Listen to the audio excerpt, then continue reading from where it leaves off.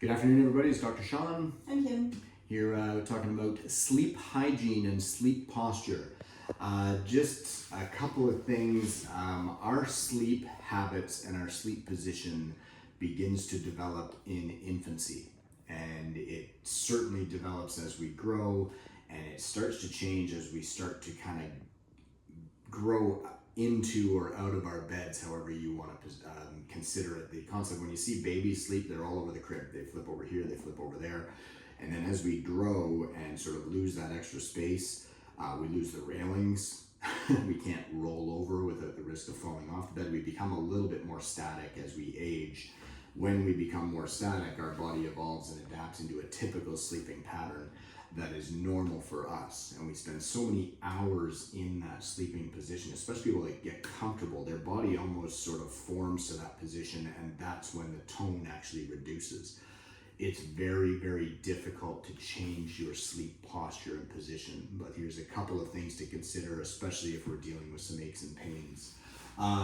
Back sleeping, generally you want to look at having a pillow under your head. You do not want your head to be cranked way up. You'd like to generally have a little bit of support under here where the neck doesn't have a space underneath it.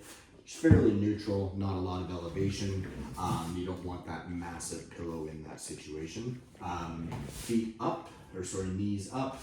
Usually a pillow between the knees takes some compression off of the low back, and then you can actually relax and rest onto that. Doesn't need to be a lot of elevation for most people, but this, generally speaking, is a recommendation for back sleepers. Certainly worth a try. This is helpful for people who are having knee pain, if they're having back pain. It alters the position of the low back and creates a little bit less load while you're trying to rest. I'm going to have you turn to your side, a couple side sleeping considerations. When we go to our side, if we take the pillows away and are on our flat bed, you can see Kim's spine is turned down here where she's got some lateral flexion of her cervical spine. Then it corrects up through here. Then there's a dip in the lumbar spine here, as well as compression points at the knees here. So when we're trying to neutralize the spine through here as best as we can within the construct of a comfortable sleep. So pillow size becomes a bit more of a factor as we try to fill that space to create that neutral spine. You can see she's still a little bit bent there, so we can try to add another pillow. You don't necessarily have to create perfection, but you can see as her head sinks into the pillow, she's closer to neutral here. So this is tricky for people who roll from side to side. You almost need a couple of pillow options. If you're a back sleeper for part of the night and then you flip to your side, are you folding the pillow in half to bridge this gap? Because this is going to be way too much pillow if she's laying on her back. But you're trying to create as close to neutral spine. If the pillow gets too big, I want you to pick your head up. If the pillow gets too big, she starts to counter in the opposite direction. Compression on this side of the neck, some traction on this side, both create problems. So as her head settles into that pillow, you see here she's maintaining fairly neutral. Okay, now we're one pillow shy for our demonstration. I'm going to take this one up. The second thing is, if you notice the difference in position in your back, I'm going to put the pillow between your knees. So we're going to drop a pillow in there. This is going to take some pressure points off of the knees, which are actually generally in contact with each other. Some people will get medial knee pain. That'll stop that. And it gives just a slight, subtle untorquing of the lower back. It's pretty subtle. It's pretty small. Sometimes we can double that up into this type of position.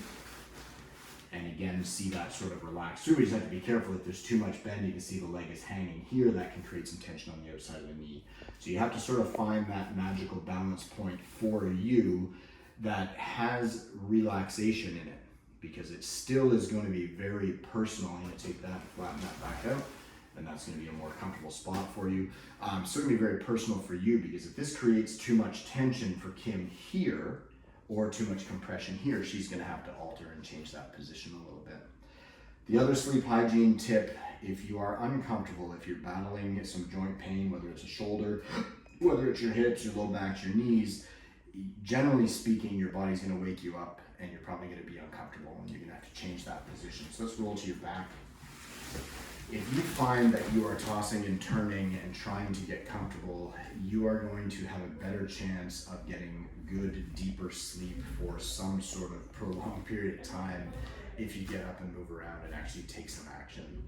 So if you find you're flipping this way, flipping that way, get up, get a drink of water, take a few steps, do a couple stretches, grab an ice pack, and then try to return and get comfortable again. If we just sit and flip and flip and flip and flip and flip, our sleep is just going to be disturbed. We're never going to get into that restorative, a deep sleep again for the rest of the night, and you're going to wake up feeling groggy. So if you find you're flipping around, struggling for position, get up and do something different for 5 or 10 minutes. Grab an ice pack, crawl back into bed, 10 on, 10 off, 10 on, get comfortable, hopefully get back into a deeper sleep. Sleep is really, really tricky. Keep asking lots of questions. We'll do what we can to help. Have a good day.